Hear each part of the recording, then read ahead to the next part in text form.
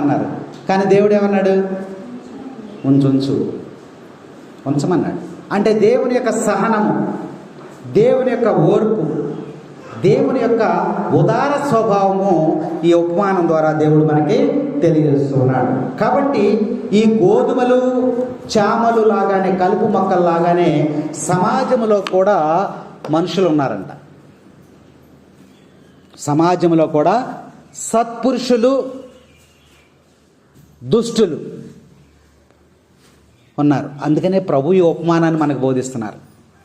ఈ సమాజంలో మంచివారు, చెడ్డవారు ఈ సమాజంలో ఉన్నారు. కలుపు మొక్కలు, గోధుమలు ఉన్నట్లే కలిపే బతుకుతున్నారంట. కలిపే బతుకుతున్నాం, పక్క పక్కనే మంచోడు, చెడ్డోడు. ఒక వ్యక్తి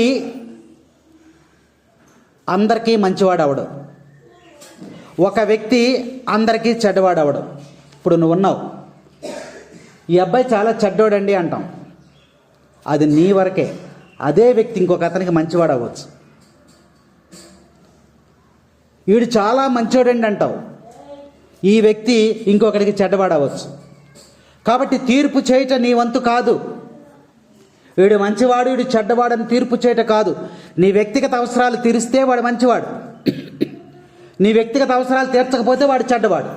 ఇది మనం చేసేటువంటి తీర్పు. కానీ దేవుని యొక్క తీర్పు అలాంటిది కాదు, న్యాయమైనటువంటి తీర్పు. అందుకని ఏమంటున్నాడంటే, గోధుమలలాగా గోధుమలు చామలు ఏ విధముగా కలిపి పంట వరకు పెరుగుతున్నాయో, అలాగే సమాజంలో కూడా మంచివారు, చెడ్డవారు, దుష్టులు, సత్పురుషులు కూడా కలిసే ఉన్నారు అని ప్రభు మనకి తెలియజేస్తూ ఉన్నాడు. కాబట్టి మీరు గ్యారెంటీ తీర్పు చేయవద్దు, దేనికి కూడా మీరు తీర్పు చేయవద్దు అని ప్రభు ఈ యొక్క ఉపమానం ద్వారా మనకి తెలియజేస్తూ ఉన్నాడు. ఒక వ్యక్తి మంచివాడని మనం నిర్ణయం చేస్తాం, కానీ వాడి తర్వాత చెడ్డవాడు అవ్వచ్చు. అవునా? పెళ్ళిళ్ళ సంబంధాలు తీసుకుందాం. వీడు చాలా మంచివాడండి, మంచి కుటుంబము, ఏ అలవాట్లు లేవు, చాలా మంచి కుర్రాడని చెప్తే పెళ్లి సంబంధాలు నిశ్చయం చేసుకుంటాం. ఒక 2 సంవత్సరాలు, 3 సంవత్సరాలు, 4 సంవత్సరాలు అయిపోయిన తర్వాత వాడి యొక్క నిజ రూపం ఏంటో మనకు బయటపడుద్ది. తాగుడు, సిగరెట్టు, మరి రకరకాల అన్నీ కూడా మనకు బయటపడతాయి. అప్పుడు బాధపడతారు. అప్పుడు ఏమంటాం మనం? పెళ్ళప్పుడు చాలా మంచిగా ఉన్నాడండి, చాలా మంచోడు, ఏ అలవాట్లు లేవని మా అమ్మాయిని ఇచ్చాము అని అంటారు. కానీ ఈ వ్యక్తి జీవితాంతం మంచిగా ఉన్నాడా? మారిపోయాడు. కానీ ఒక వ్యక్తి చెడ్డవాడిగా ఉంటాడు. వీడు చెడ్డవాడు, కొన్ని రోజులకి వాడు ఏమవుతాడు? మంచివాడు. అందుకనే దేవుని యొక్క తీర్పు ఎలా ఉందంటే, జీవితంలో ఒక కార్యము జరిగినప్పుడు దానిని చూచి మీరు మంచి చెడులను నిర్ణయము చేయవద్దని ఖచ్చితంగా చెప్తున్నాడు. అది పంట కాలం వచ్చినప్పుడు ఎవరి తీర్పు వాళ్ళకే న్యాయముగా ఆయన చేస్తానంటున్నాడు. కాబట్టి ఈరోజు చెడు కార్యం చేశాడు కాబట్టి వీడు చెడ్డోడు అనకూడదు, వీడు మంచి కార్యం చేశాడు వీడు మంచోడు అనకూడదు. మంచివాడికి చెడ్డవాడికి ఒకే రకంగా నేను వర్షాన్ని ఇస్తున్నా, ఒకే రకంగా నేను ఎండనిస్తున్నాను, ఒకే రకంగా నేను పోషిస్తున్నాను. కానీ వీడు మంచివాడు చెడ్డవాడు ఎప్పుడు తెలుతుందంటే, దేవుని యొక్క వాక్యాన్ని ప్రకారము అది తీర్పు సమయంలో, రాకడ సమయంలో దేవుడు న్యాయమైనటువంటి తీర్పును ఆయనకి ఇస్తాడని వాక్య భాగం మనకు తెలియజేస్తూ ఉంది. మనం అనుకుంటూ ఉంటాం, ఏమనుకుంటామంటే వీడు చాలా అన్యాయమైన పనులు చేస్తాడు, అన్ని రకాలుగా చేస్తాడు, వీడే హాయిగా బతుకుతున్నాడండి. నీతికి బతికి మంచిగా బతుకుతుంటే కష్టాలన్నీ మనకే వచ్చేస్తున్నాయండి అని మనము సమాజంలో మనం అనుకుంటూ ఉంటాం. సహజంగా మనం ఇక్కడ నలుగురు కూర్చున్నప్పుడు ఎవడన్నా వెళ్తున్నాడు అనుకోండి, ఆడి గురించి మనం మాట్లాడుకునేది అంతే కదా. అడుగు, ఈడన్ని మోసాలు చేస్తాడు, అన్ని చేస్తాడు, రియల్ ఎస్టేట్ అండి, అయ్యండి ఇవ్వండి, కానీ ఎంత హాయిగా బతుకుతున్నాడండి. ఏమోనండి, ప్రార్థనలు చేస్తాము, అవి చేస్తాము, ఇవి చేస్తాము, న్యాయంగా బతుకున్న నాకే కష్టాలన్నీ మనకే వస్తున్నాయి, ఆడు చూడు హ్యాపీగా పచ్చగా ఉన్నాడు అని అంటాం. ఇలాగే అనుకుంటున్నారంట. బైబిల్ గ్రంథంలో చక్కగా స్పష్టంగా ఉంది. ఎలాగే అనుకుంటున్నారంట. మలాకీ గ్రంథం తీయండి, మలాకీ గ్రంథము 3వ అధ్యాయం తీయమ్మా. మలాకీ గ్రంథము 3వ అధ్యాయము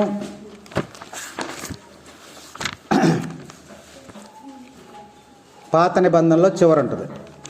3వ అధ్యాయం 14వ వచనమా? 14. ప్రభువుని సేవించుట నిష్ప్రయోజనమని ఆయన ఆజ్ఞలను పాటించుట వలన లాభము లేదని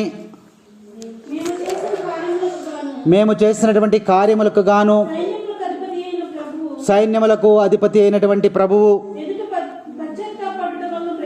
ప్రయోజనమేమి మాకు కనిపించుచున్నదేమనగా గర్వాత్ములే సంతోషముగా ఉన్నారు, దుర్మార్గులు వృద్ధిలోకి వచ్చుచున్నారు. వారు దేవుని సహన పరీక్షకు గురిచేసి తప్పించుకొని తిరుగుతున్నారు. ఇద్దరు వ్యక్తులు ముగ్గురు వ్యక్తులు చెప్పాను కదా నేను, ఒకసారి కూర్చొని మాట్లాడుకుంటున్నారు. ఎవరు మాట్లాడుకుంటున్నారు? దుర్మార్గులు హాయిగా ఉన్నారండి, దుష్టులు హాయిగా బతుకుతున్నారండి. నీతి కోసం బతికితే ఇన్ని కష్టాలు వచ్చినాయి, ఇన్ని అనారోగ్యాలు వచ్చినాయి, ఇన్ని బాధలు వచ్చినాయి, ఏంట్రా మన పరిస్థితి అని నలుగురు మాట్లాడుకుంటున్నారంట. అప్పుడు ప్రభువు విన్నాడు ఆ మాటల్ని. ప్రభు ఆ మాటలు విన్నాడు. విని 16వ వచనం చదవమ్మా. అప్పుడు ప్రభువునకు భయపడేవారు తమలో తాము మాట్లాడుకొనిరి. అతడి వారి పలుకులు వినెను. ప్రభువునందు భయభక్తులు గల వారి పేర్లు ఆయన సన్నిధిలోనే. చూడండి ఇక్కడ ఆ వ్యక్తులు మాట్లాడుకుంటున్నారు కదా. ఏం మాట్లాడుకున్నారు? చక్కగా బైబిల్ గ్రంథంలో ఉంది. ఎందుకురా ప్రార్థనలకు వెళ్తాం అని అవసరం ఉంది అక్కడ స్పష్టంగా ఉంచండి. 14వ వచనంలో ప్రభువును సేవించుట నిష్ప్రయోజనం. ఎందుకు వెళ్తాం అని అవసరం? ఈ వాక్యం బాగుంది, మనకి బాగుంది కదా. పొద్దుటే లేచాలి, వెళ్ళాలి, ఏంటి పరిస్థితులు. హాయిగా 8 దాకా పడుకుని 9 పడుకుంటే హాయిగా ఉండదు ప్రాణం. వాళ్ళు కూడా అదే అనుకుంటున్నారు, మనలాగానే ఉన్నారు. ఏమన్నారు? 14 చూడండి. ప్రభువును సేవించుట నిష్ప్రయోజనం, ఆయన ఆజ్ఞలను పాటించడం వల్ల లాభం ఏంటి మనకి? ఖచ్చితంగా మనలాగానే ఉన్నారు. ప్రభు ఎంత స్పష్టంగా రాశాడు మన హృదయాలను, మన తలంపుల్ని అనుకున్నారు. మేము చేసిన కార్యములకు గాను సైన్యములకు అధిపతి అయిన ప్రభు ఎదుట పశ్చాత్తాపడటం వల్ల ప్రయోజనం ఏంటి? నేను వెళ్ళి సాక్ష్యం చెప్తున్నాను, పశ్చాత్తాపడుతున్నాను, కన్నీటి ప్రార్థన చేస్తున్నా, మోకరించి దేనివల్ల ఏం ఉపయోగం ఉంది? ఆడు చూడు, ఆడు ఎట్టన్నాడు? తింటున్నాడు, తాగుతున్నాడు, తిరుగుతున్నాడు, దొంగతనాలు చేస్తున్నాడు, అన్నీ చేస్తున్నాడు, హాయిగా బతుకుతున్నాడు. ఆడికి ఎక్కడి నుంచి వస్తున్నాయి రేటుకి డబ్బులు? ఆడే హాయిగా బతుకుతున్నాడు అనుకుంటున్నారు వీళ్ళందరూ. ఈ మాటలను ఎవరున్నారు? ప్రభు విన్నాడంట. దేవుడిని మాట్లాడుతున్నాడు. ఏం మాట్లాడుతున్నాడు చూడు, 4వ అధ్యాయం చూడు. 16వ వచనం చదివా, 17వ వచనం చదువు. 3 సైన్యములకు అధిపతి అయినటువంటి ప్రభువు మాట్లాడుతున్నాడు. ఇప్పుడు వాళ్ళు అనుకున్న మాటలు విన్నాడు కదా, ప్రభువు మాట్లాడుతున్నాడు. వారు నా ప్రజలగుదురు, నియమింపబడిన దినమున వారు నా వారై నాకు ప్రత్యేక ఆస్తిగా నుందురు. తండ్రి తనకు ఊడిగము చేయి కుమారుని పట్ల దయ చూపినట్లే వారి పట్ల దయ చూపుదును. అప్పుడు దుర్మార్గులకును సజ్జనులకును ఏమి జరుగునో, నన్ను సేవించు వారికి సేవింపని వారికి ఏమి జరుగునో నా ప్రజలు కళ్ళారా చూసెదరు. Praise the Lord. ప్రభు చెప్తున్నాడు చూడండి. అలా అనుకున్న మాటలన్నీ విన్నారు కదా. విన్నప్పుడు ఆయన అంటున్నాడు, మీరు ఎందుకు అలా మాట్లాడుకుంటున్నారు? నన్ను సేవించడం నిష్ప్రయోజనమా? నాకు ప్రార్థన చేయటం నిష్ప్రయోజనమా? నా దగ్గర పశ్చాత్తాపడటం నిష్ప్రయోజనమా అని ప్రభు అంటూ, నాకు భయపడి నన్ను ప్రార్థించేటువంటి వాడు, నన్ను ప్రార్థించినటువంటి వాడు, నన్ను సేవించేవాడు, నన్ను సేవించినటువంటి వాడికి ఏమి జరుగుతుందో మీరు కళ్ళారా చూస్తారని చెప్పాను. దుర్మార్గులకి ఏమి జరుగుతుందో, మంచివారికి ఏం జరుగుతుందో నేను తీర్పు చెప్పినప్పుడు మీరు కళ్ళారా చూస్తారని చెప్తున్నాడు. ఏం చూస్తాం మనం? అది కూడా స్పష్టంగా దేవుడు తెలియజేశాడు. 4వ అధ్యాయం చూడమ్మా. 4వ అధ్యాయం 1వ వచనం చదువు. సైన్యములకు అధిపతి అయినటువంటి ప్రభు ఇట్లా నేను ఏలయనా నియమింపబడ దినము వచ్చుచున్నది. Praise the Lord, praise the Lord. దేవుడు తీర్పు చేసేటువంటి సమయము వస్తుందంట. ఒకటి తీర్పు చేసేటువంటి సమయం. ఏమిటా సమయము? అదే రాకడ, అదే రెండవ రాకడ. దేవుని రాకడ సమయంలో ఏం జరుగుతుందో స్పష్టంగా మనకు కనిపిస్తుందంట. అప్పుడు అనుకుంటామంట రాకడ ఎప్పుడు వస్తుందమ్మా? ఖురాన్లో ఒక మాట రాస్తుంది. ఏమని రాస్తుందంటే అక్కడ, ఆయన ముస్లిము, ఆయన మా ఫ్రెండు, ఆయన ఖురాన్లోంచి నాకు పెట్టాడు వాట్సాప్లో ఒకటి. రాకడ ఎప్పుడు వస్తుందని అంటే ఆ ఖురాన్ నుంచి తీసుకుని ఆ పదం పెట్టాడు. ఏముందంటే, మనం ఆ దారంట వెళుతూ ఉన్నప్పుడు సమాధులు ఉన్నాయి అనుకుంటా, సమాధుల పక్కన వెళ్తూ ఉన్నప్పుడు లెగడాడు, నేను ఈ భూమి మీద ఎందుకున్నానా, ఈ సమయంలో నేను ఆ సమాధిలో ఉంటే బాగుండేది అనుకున్నంత శ్రమలు వచ్చినప్పుడు ఆ తర్వాతే రాకడ వస్తుందంట. అర్థమైందా మీకు? నేను ఇక్కడ అసలు ఈ భూమి మీద ఇప్పుడు ఎందుకున్నానా అంటే అన్ని శ్రమలు అనుభవిస్తున్నాడు అనమాట. నేను ఇక్కడ ఎందుకున్నానా, ఆ సమాధిలో ఇప్పుడు ఈ సమయంలో ఆ సమాధిలో నేను ఉంటే బాగుండేది అనుకున్న సమయంలో రాకడ వస్తుంది. అంటే అన్ని శ్రమలు, కష్టాలు, బాధలు పడాల్సి వస్తుంది ఇక్కడే రాకడ సమయంలో. వాటన్నిటి తర్వాత ఇప్పుడు ఇరాన్ ఇరాక్ల యుద్ధాలు జరుగుతున్నాయా, భూకంపాలు వస్తున్నాయా, ఇప్పుడు వర్షాలు ఉన్నాయా? వర్షాలు లేవు. వర్షాలు లేకపోతే ఏమొస్తుంది? కరువులు వచ్చేస్తాయి. కరువులు వస్తే ఏమవుద్ది? ఆకలేస్తుంది. ఆకలేస్తే ఏం చేస్తావు? కేకలేస్తావు. కేకలేసి ఏం చేస్తావు? ఒకళ్ళనొకళ్ళు చంపుకుని తినేస్తారు, ఒకళ్ళించుకొని దోసుకుని తినేస్తారు. అరాచకం అయిపోద్ది అనమాట. అప్పుడు ఎవరు రావాలి? నేనే రావాలి, ఏలియా రావాలి. మళ్ళీ ఏలియా వచ్చి ఏం చేయాలి? మోకరించి ప్రార్థన చేయాలి. 3.5 సంవత్సరాలు వర్షం రాకుండా ఆపేశాడు. అయ్యా, ప్రజలు కరువు కాటకాలతో చనిపోతున్నారయ్యా అని మోకరించి ప్రార్థన చేసినప్పుడు మళ్ళా వర్షాన్ని ఇచ్చాడు. కాబట్టి దేవుడు గర్వాత్ములను, మంచివారిని చెడ్డవారిని కూడా ఒకే రకంగా పెంచుకొస్తున్నాడు. తీర్పు సమయంలో మనము ఖచ్చితంగా దుర్మార్గుడికి దుర్మార్గుడిగాను, మంచివాడికి మంచివాడుగాను, మేకలలాగా గొర్రెలలాగా విడగొట్టేస్తాడు ఆయన. మనం ఏం చూస్తామో చూడండి. అక్కడ నువ్వు మంచి విశ్వాసివైతే, ఆయన సేవించేటువంటి భక్తుడివైతే ఈ దృశ్యాన్ని నువ్వు చూస్తావు. చెప్పాడు దేవుడు అక్కడ, చదువు. కొలుము వలె మండు దినము రాబోచున్నది. ఆ రోజు గర్వాత్ములు, దుష్టులు గడ్డి వలె కాలిపోతారు. నీ ముందే, నీ కళ్ళ ముందే కాలిపోతారంటాడు. ఇప్పుడు నువ్వు అనుకున్నావు కదా, దాడేమనుకున్నావు?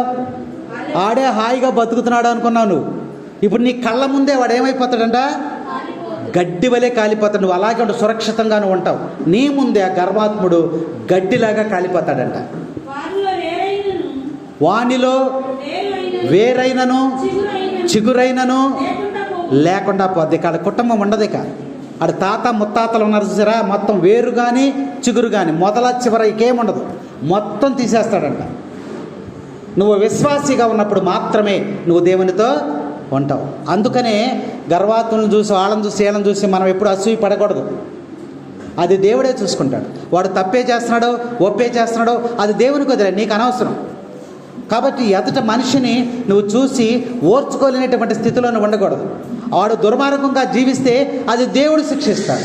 అందుకని ఈరోజు దేవుడు స్పష్టంగా నీకు తెలియజేస్తున్నాడు, నువ్వు విశ్వాసిగా జీవించు, నన్ను సేవించు, నా నేను విత్తినటువంటి విత్తనములాగా నువ్వు ఉండు, నిద్రావస్థలో ఉండద్దని వాక్య భాగం మనకు స్పష్టంగా తెలియజేస్తావు. చదువు.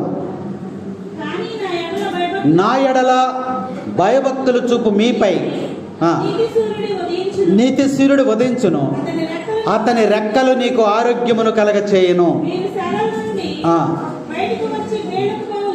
లేక దూడల వలె గంతులు వేయుదురు, అనగదొక్కగా వారు మీ కాలి కింద. మీరు ఎలా ఉంటారంట? అక్కడ సమయంలో మీకు నీతి సూర్యుడు మీ మీదకు ప్రవేశించి మంచి ఆరోగ్యాన్ని ఇస్తాడంట. లేకదోడ గంతులు వేయినట్లుగా మీరు హుషారుగా సంతోషంగా ఉంటారంట. ఆ దృశ్యాలను చూస్తున్నారు మీరు. అప్పుడు ప్రభు అవన్నీ మనకు చూపిస్తాడు. నువ్వు విశ్వాసిగా ఉంటే చూపిస్తాడు. అప్పుడు ఏం జరుగుద్దంట? నువ్వు ఎవరి గురించి అయితే మాట్లాడావు ఇంతకుముందు, గర్వాత్ములు, వాళ్ళందరూ కూడా కింద పడిపోయి ఉంటే నువ్వు చెప్పులు వేసుకుని నడిచి వెళ్తావంట. వాళ్ళ మీద నడుచుకుంటే తొక్కుకుంటూ వెళ్ళిపోతావంట. ఆఖరి వచ్చిన అదే అణగదొక్కగా, దుష్టులు అణగదొక్కగా వారు మీ కాలి కింద ధూళి వలె, దుమ్ము వలె ఉంటారంట. చూడండి ఎంత గొప్ప భాగ్యము. అందుకనే ప్రభు చెప్తున్నాడు, మీరు నిద్రా వ్యవస్థను మానివేసి మీరు సైతాను శోధనకు లోనవ్వకుండా మీరు విశ్వాసంలో జీవించండి అని ఈరోజు గోధుమలు, కలుపు గింజల ఉపమానం ద్వారా ప్రభు మనకి బోధిస్తూ ఉన్నాడు. కాబట్టి నోవాహు దినాలను ఒకసారి మనం జ్ఞాపకం చేసుకుందాం. నోవాహు దినములలో దేవుడు నోవాహుతో మాట్లాడి ఏం చెప్పాడు? జలప్రళయం వచ్చేస్తుంది, 40 రోజుల్లో ఈ యొక్క మొత్తం ఈ ప్రపంచమంతా కూడా నాశనం అయిపోద్ది అని చెప్పమన్నాడు. వెళ్ళి చెప్పమంటే నోవాహు వీళ్ళందరికీ చెప్పాడు, అయ్యా 40 రోజులు టైం ఉంది మీకు, తర్వాత వర్షం వచ్చేస్తుంది, మరి మొత్తం జలప్రళయం వచ్చేస్తుంది, మీరు మార్పు చెందండి, హృదయ పరివర్తన చెందని చెప్తే ఎవడో వినలేదు మాట. వినకపోగా నోవాహుని వేళన చేశారు, నోవాహుని దూషించారు, నోవాహుని పిచ్చివాడన్నారు, ఇడిగాను పిచ్చి పట్టిందా ఏంటి అన్నాడు. కానీ దేవుడు చెప్పిన మాటను చెప్తూనే ఉన్నాడు. అప్పుడు దేవుడు నోవాహుతో మాట్లాడన్నాడు, నోవాహు జలప్రళయం దగ్గర పడిపోతుంది, నిన్ను రక్షిస్తాను, నువ్వు ఓడను తయారు చేయన్నాడు. అప్పుడు టకటక ఓడను తయారు చేశాడు. దేవుడు చెప్పాడు, ఇంత పొడవ పెట్టు, ఇంత వెడల్పు పెట్టు, ఇదిగో ఇక్కడ డోర్ పెట్టు, ఇక్కడ విండో పెట్టు, ఇక్కడ కీలు రాయి, కీలు అంటే ఆ గమ్ములాంటిది, అది రాయి, తారు, అది రాయి, ఇది రాయి అని తయారు చేశాడు.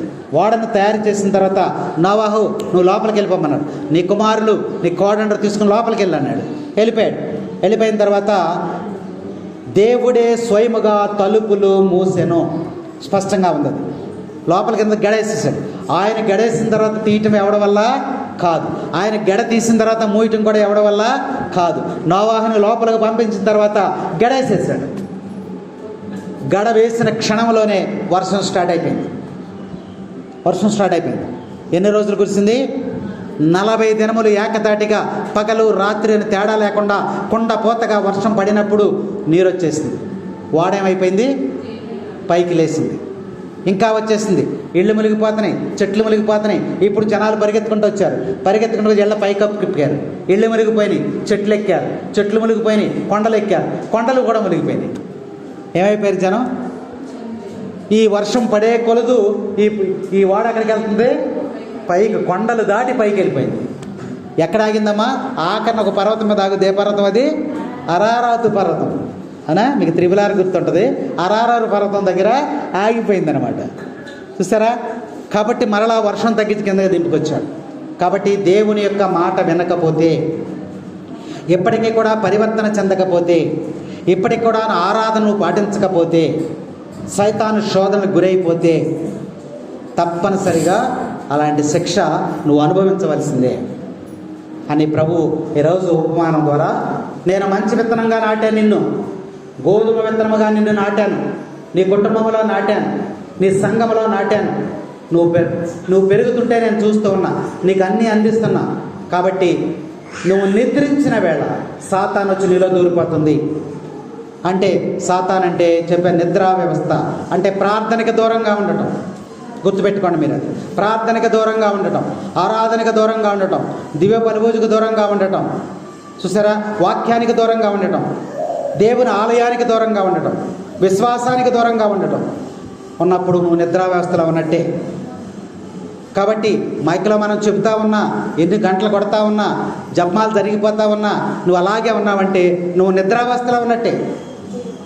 కాబట్టి అది గమనించుకొని ఈరోజు ప్రభువుని హెచ్చరికైన విషయాలను జ్ఞాపకపరుచుకొని దేవుని సన్నిధిలో పాల్గొని దేవునికి ఆశీర్వాదాలు పొందాలని ఈరోజు ప్రభువునికి హెచ్చరిక. దేవుడు మనలను దీవించునుగాక. పిత, పుత్ర, పవిత్రాత్మ